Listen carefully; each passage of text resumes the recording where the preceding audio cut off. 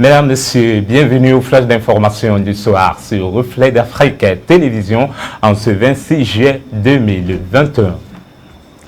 Ouvrons cette section d'information avec l'actualité autour du retour du président de la République du Cameroun, Paul Biya, annoncé par son parti politique. Il n'a plus eu lieu. Il faut dire que Gilbert Timi Vouna, chef de la délégation permanente du comité central du Rassemblement démocratique du peuple camerounais pour le Mfundi, avait publié le 24 juillet dernier un communiqué pour demander aux militants du parti au pouvoir de sortir en nombre pour réserver un accueil triomphant au président Paul Biya et à son épouse.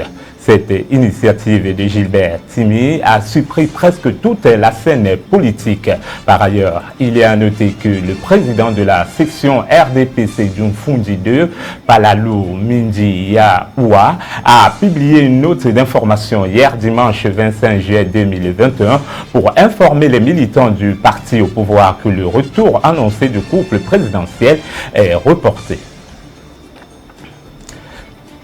Toujours au Cameroun, le ministre camerounais de la Défense a annoncé hier dimanche 25 juillet 2021 à travers un communiqué que dans la matinée de samedi dernier, une horde de terroristes Boko Haram lourdement armés et à bord de plusieurs véhicules tactiques légers a attaqué le poste avancé de l'opération militaire Émergence 4 situé dans la localité de Sakmé, arrondissement de Fotokol dans la région de l'extrême nord du Cameroun.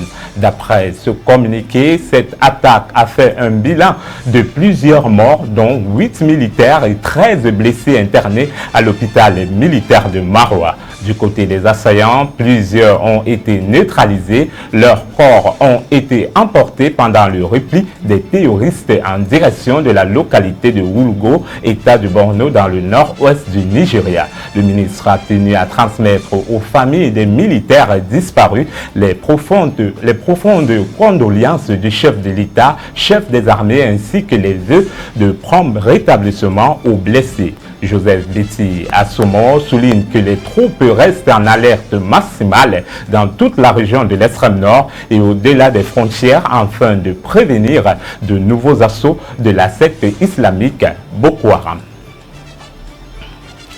À Yaoundé au Cameroun, s'est ouvert solennellement ce lundi 26 juillet 2021 la 10e édition du Salon de l'action gouvernementale au Palais polyvalent des sports de la capitale politique du Cameroun, avec pour thème du document de stratégie pour la croissance et l'emploi à la stratégie nationale de développement 2020-2030. Quelle perspective pour le Cameroun? Le SAGO se veut une vitrine de vulgarisation des politiques nationales et une plateforme d'échange pour de nombreuses entreprises. Cette 10e édition, qui se refermera le 31 juillet prochain, apporte plusieurs innovations parmi les plus importantes.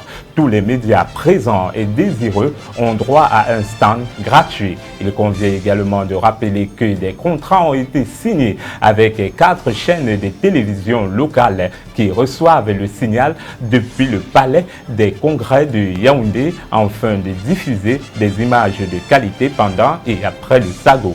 Pour cette année, le SAGO mobilise 400 exposants, plus de 80 000 visiteurs et 400 organisations issues du secteur public et privé. Faisons un tour en Konsamba où les populations du département du Mungo et ses environs vivront désormais en toute quiétude. Ceci fait suite à l'arrestation d'un redoutable gang spécialisé dans les vols et crimes par la gendarmerie nationale. Ces hors-la-loi ont d'ailleurs été présentés aux hommes de médias et aux autorités de la localité à l'esplanade de la cour d'honneur du groupement des gendarmeries du Mungo. Le premier adjoint du préfet du Mungo, Théodore Ondombo, a tenu à saluer la bravoure des forces de maintien de l'ordre. Par ailleurs, il a fait appel à une très grande collaboration entre les populations et les forces de maintien de l'ordre en général et la gendarmerie en particulier. Au Mali, l'homme qui a tenté d'assassiner le président de transition la semaine dernière est décédé pendant sa garde à vue. C'est l'annonce faite par le gouvernement hier dimanche 25 juillet 2021 à travers un communiqué. Pour le gouvernement, cette mort ne fait pas d'obstacle à la poursuite judiciaire, surtout que les premiers indices collectés indique qu'il ne s'agit pas d'un acte isolé. En clair, pour les autorités maliennes, il y a d'autres personnes impliquées dans la tentative d'assassinat du chef de l'État. Par ailleurs, il faut dire que malgré l'absence du principal et présumé coupable désormais mort, certaines peuvent être tentées de douter de la thèse officielle. Pour convaincre tout le monde, le gouvernement puis la justice devraient s'engager à jouer la carte de la transparence.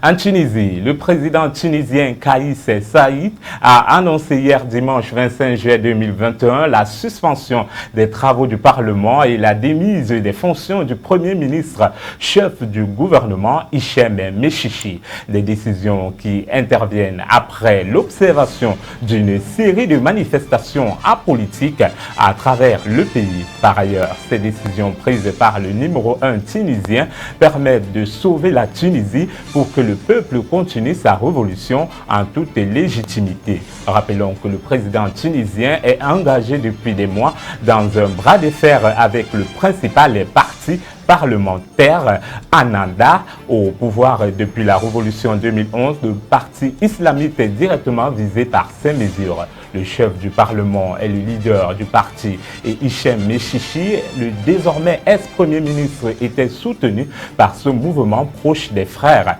musulmans. En sport, Jeux olympiques de Tokyo. Partis au nombre de 12 athlètes au Japon, il ne sont plus que 10 athlètes en lice dans ce grand événement international. Le boxeur Wilfried Seyi a été battu au point par David Chama de nationalité congolaise. Samedi dernier, Sarah Nana était la première athlète à se faire éliminer dans la discipline tennis de table féminin. Rappelons qu'Albert Haïssi est le seul Camerounais qui a décroché sa qualification pour les huitièmes de finale de cet événement. Toujours en sport, depuis une semaine, les clubs des championnats d'élite de football observent le mot d'ordre de stade mort pour revendiquer le versement par le gouvernement de la dernière partie de la subvention annuelle aux équipes professionnelles. En attendant la résolution de ce problème, hier dimanche 25 juin 2021, se sont joués les matchs en retard des quarts de finale de la Coupe du Cameroun. PUD de Bamenda a battu Avion Académique sur le score de 2-0, sont qualifiés pour le dernier carré PUD de Bamenda, Coton Sport de Garoua, Union de Douala et Astre FC de Douala. Ces matchs se joueront à huis clos pour éviter la propagation du nouveau coronavirus. Mesdames, Messieurs, c'est la fin de cette édition du Flash d'information du soir de ce 26 juillet 2021 sur Reflet d'Afrique Télévision. Merci de l'avoir suivi. Bonsoir.